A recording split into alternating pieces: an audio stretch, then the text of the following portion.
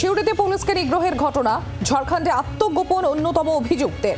ধৃত বাবু আনসারির বিরুদ্ধ গোষ্ঠীর নেতার ভিডিও বার্তা ফাঁসানোর অভিযোগ ইয়াসিন আনসারি। বাকি অভিযুক্তদের খোঁজে বাড়ি বাড়ি গিয়ে তল্লাশি। গতকাল ধুন্ধুমার থমথমে সিউড়ির মিনি স্টল এলাকা, কার্যত জনশূন্য গ্রাম। সকাল থেকে পুলিশের রুট মার্চ দেখতে পাচ্ছেন সেই ছবি আপনারা।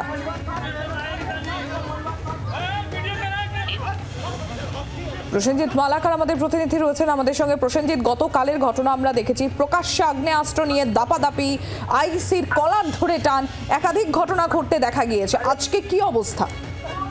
দেখো, প্রথমেই তোমাকে বলি, গতকালকে যে ঘটনা আমরা দেখতে পেয়েছি যে আইসির কলার ধরে টানাটানি এবং তার পাশাপাশি কার্যত যে অবস্থা তৈরি হয়েছিল কালকে আগ্নেয়াস্ত্র নিয়ে দাপাদাপি, এই ঘটনার সূত্রপাত হয়েছিল যে জমি বিবাদকে কেন্দ্র করে। সেখানেই দুটি গোষ্ঠী ছিল।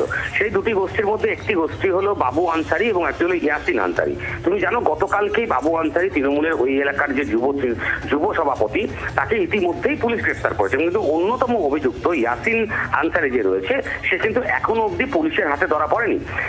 এখন আমরা দেখতে পাচ্ছি যে তারকে সে ইতিমধ্যেই সোশ্যাল মাধ্যমে একটি ভিডিও পোস্ট করে জানিয়েছে সে ঝাড়খণ্ডে রয়েছে এবং তাকে বাবু আনসারিরা ইচ্ছাকৃতভাবে ফাঁসিয়েছে, বন্দুক এনে বিভিন্ন দাবি সে করেছে। কিন্তু গোটা ঘটনায় প্রশ্ন হলো দেখো একটাই, যখন পুলিশ এই মূল অভিযুক্তের খোঁজে তল্লাশি চালাচ্ছেন, বিভিন্ন জায়গায় তল্লাশি করছে, সেখানে সোশ্যাল মাধ্যমে সে বার্তা দিচ্ছে কোথাও না কোথাও। অনেকে মনে করছেন তাহলে কি প্রশাসনকে সরাসরি একটা চ্যালেঞ্জের মুখে ফেলে দেওয়া হচ্ছে? কারণ পুলিশ যদি গ্রেপ্তার করতে না পারে, সেক্ষেত্রে দাঁড়িয়ে পুলিশের বিরুদ্ধে একটা প্রশ্ন উঠে যায়। কারণ এই গোটা ঘটনায় আমরা যেটা দেখতে পেলাম, গতকাল থেকে ঘটনার পর থেকে পুলিশ সমস্ত জায়গায় রেড চালিয়েছে, সমস্ত বাড়িতে বাড়িতে তল্লাশি চালিয়েছে এবং আজকেও তারা সকালে ওই এলাকার বিভিন্ন গ্রামে তারা তল্লাশি চালাচ্ছেন। গ্রাম প্রায় বলা যেতে পারে বাড়ি ফাঁকা, জনমানব শূন্য। বাড়িতে ঢুকে ঢুকে তল্লাশি চালাচ্ছে যাতে অভিযুক্তদের গ্রেপ্তার করা যায়। গতকালকেই পুলিশ সুপার নিজে জানিয়েছিলেন যে 20 জনকে তারা গ্রেপ্তার করেছেন। এখনো পর্যন্ত আরো বেশ কয়েকজনের অধিক তারা আটক করেছেন। ফলে তাদেরকে মধ্যে কিছু জনকে গ্রেপ্তার করা হতে পারে। ফলে সে জায়গায় দাঁড়িয়ে গ্রেপ্তারির সংখ্যাও বাড়বে।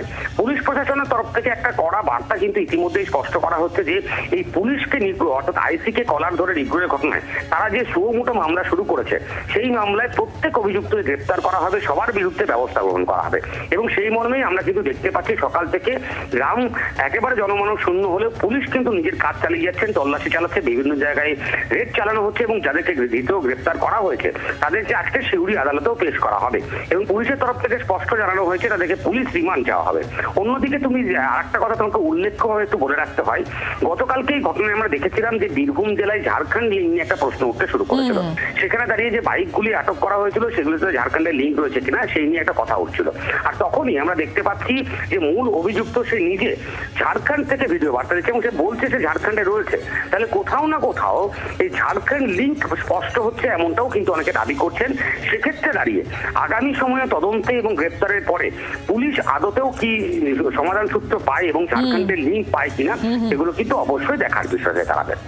ধন্যবাদ প্রসেনজিৎ। আমরা কথা বলছিলাম, আমাদের প্রতিনিধি প্রসেনজিৎ মালাকার ছিলেন আমাদের সঙ্গে। আর ঠিক যেরকম আমাদের প্রতিনিধি প্রসেনজিৎ মালাকারও আপনাদের সামনে তুলে ধরলো, গতকালই যে দুই গোষ্ঠীর মধ্যে মূলত বিরোধ আমরা দেখেছি, বাবু আনসারির গোষ্ঠী এবং তার পাশাপাশি ইয়াসিন আনসারির গোষ্ঠী। যদিও বাবু আনসারি এখন পুলিশ হেফাজতেই রয়েছে, ইয়াসিন আনসারি তিনি ভিডিও বার্তা দিয়েছেন। কি বলছেন তিনি বলছেন তাকে ফাঁসিয়েছে বাবু আনসারি।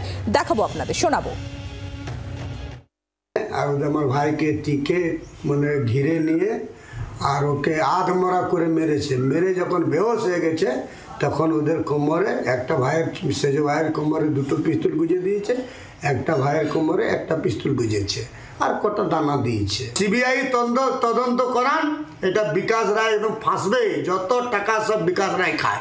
আর এই বাবু গুন্ডা আগে টায়ার মিস্ত্রি ছিল, এখন না হলে 3-4 কোটি টাকার মালিক করেছে। আমার ঘর বাড়ি ধান জমিন সব পুড়িয়ে দিয়েছে। আমার কিছু নাই আর। আমার ঘরও পুড়িয়ে দিয়েছে, 25-30 লাখ টাকার ঘরও পুড়িয়ে দিয়েছে, ধান মাঠও পুড়িয়ে দিয়েছে। আমাদের মিথ্যে মামলাতে 7-8টা কেসও দিয়ে দিয়েছে। এবারে জোড়হাত করছি, আমাকে ফাঁসিতে ঝুলিয়ে দিন। বাংলার আওয়াজ, বাঙালির আবেগ, জি 24 ঘন্টা।